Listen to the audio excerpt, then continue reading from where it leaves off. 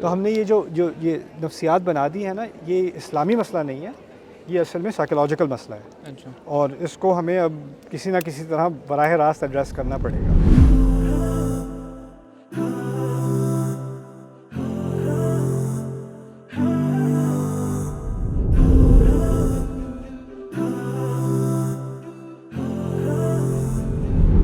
پہلا میرا سوال ہے کہ اب جیسے وہ حدیث ہے کہ سارے اعمال مطلب نیتوں پر وہ ہیں، تو اب جیسے اچھے اعمالوں کا بھی ہے کہ آپ کی نیت صاف ہونی چاہیے، اور جیسے لیکن اب جب بھی آپ اچھے اعمال کرتے ہو، جیسے نماز پڑھ رہے ہو مسجد میں یا کچھ بھی کر رہے ہو، قرآن پڑھ رہے ہو کسی کے سامنے، تو آپ کے دماغ میں شیطان یا جو بھی آپ کے دماغ میں آتا ہے کہ اچھا میں اس کے میرے وہ دیکھ رہے تو میں شاید اور اچھا پڑھنا شروع ہو جاؤں، یا ایسے پاسٹ اعمال بھی ہیں، جیسے بندہ اعتکاف بیٹھا ہے تو آپ کو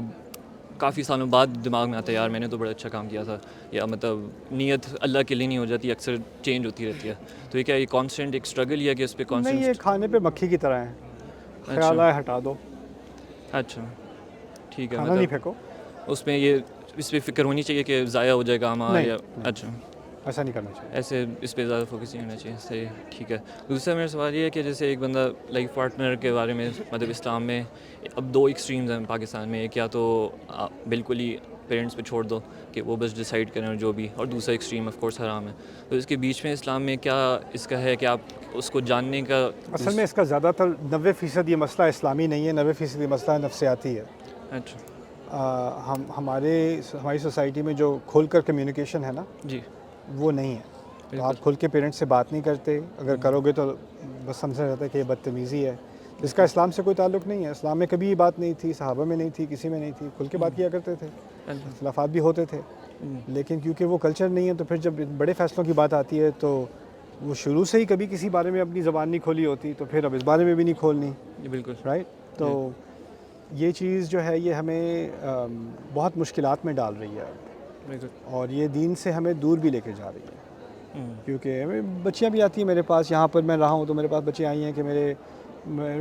فادر جو ہیں وہ کہہ رہے ہیں کہ اپنے کزن سے شادی کر لو، میں تو ان کو سارا زندگی میں ان کو بھائی کی طرح دیکھتی ہوں، میں نہیں کر سکتی، لیکن اب وہ کہہ رہے ہیں کہ بری بات ہے، نافرمانی ہوتی ہے، ہمارا دل رکھ لو، یہ کر لو وہ کر لو، تو اب لڑکی کی مرضی نہیں ہے لیکن اس پہ پریشر ڈالا جا رہا ہے شادی کرنے کے لیے نا، اور اب اس کو اگر وہ منع کرتی تو کہتی ہے میرے ابو کو اچھا نہیں لگے گا، تو وہ والد کے احترام میں وہ اپنی زندگی کو، اپنے جذبات کو کچل رہی ہے، بالکل، اور وہ ماں باپ کیا کہہ رہے ہیں کہ دیکھو بچے ہو تمہیں ابھی سمجھ نہیں آتی، جو انسان بالغ ہو جائے، جی آپ اگر باہر جا کے ٹریفک توڑو گے اور پولیس والا آپ کو روکے گا تو وہ کہے گا نہیں بچے ہو تمہیں تو ابھی سمجھ نہیں ہے، ایسا کوئی کہے گا؟ وہی لڑکی اگر یونیورسٹی جاتی ہے، ایگزام میں چیٹنگ کرتی ہے، نکالی جاتی ہے، اس سے کوئی کہے گا ابھی بچی ہو تجھے سمجھ نہیں ہے؟ ہر فیصلے کا، ہر زندگی کے ہر فیصلے کی ذمہ دار وہ خود ہے نا؟ جی بالکل، اوکے، نماز کی ذمہ دار وہ خود ہے کہ نہیں؟ اللہ کے کورٹ میں ذمہ دار وہ خود ہے کہ نہیں؟ بالکل، لیکن پتہ نہیں کہاں سے ہمیں یہ نفسیاتی مرض آیا کہ اس زندگی کے فیصلے میں وہ بچی ہے، اس کو کچھ نہیں پتا، باقی سب چیزوں میں سب پتہ ہے، وہ ذمہ دار ہے، خود مختار انسان ہے، اس کو اللہ نے روح دی ہے، عقل دی ہے، اس سے سوال پوچھا جائے گا، کوئی فرشتہ نہیں لکھ رہا بچی ہے رہنے دو، کوئی فرشتہ نہیں لکھ رہا یہ، ایک دفعہ بچے کے مرحلے سے گزر گیا، اگر واقعی میں بچی ہے تو اس کی شادی ہونی نہیں چاہیے، بچوں کی نہیں کرتے شادی، بالکل، بڑوں کی کرتے ہیں، صحیح، رائٹ؟ تو ہم نے یہ جو یہ نفسیات بنا دی ہے نا، یہ اسلامی مسئلہ نہیں ہے،